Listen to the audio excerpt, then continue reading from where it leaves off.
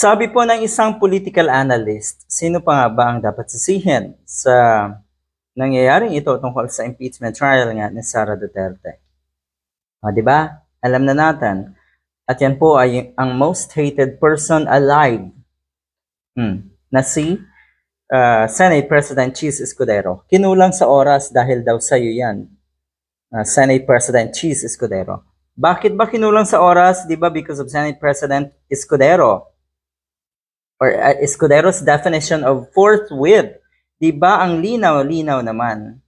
Hindi daw alam kasi natong si Escudero ang forthwith.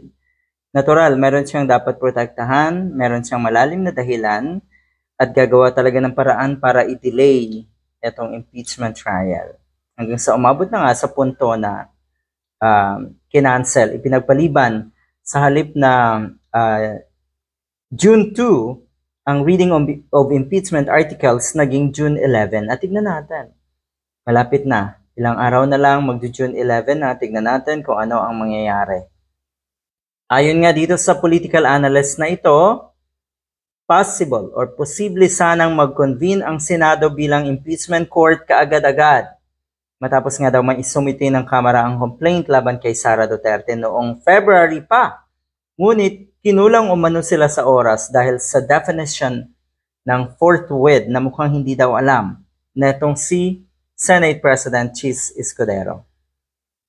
Itinangka or may pagtatangka kasi daw na ibasura itong impeachment ni Sara Duterte at ito yung isang paraan na itong mga ito, yung pag-delay. Pero naku, wag kayo. Ito ay isang matatawag na constitutional sabotage ng inyo pong role bilang mga senators.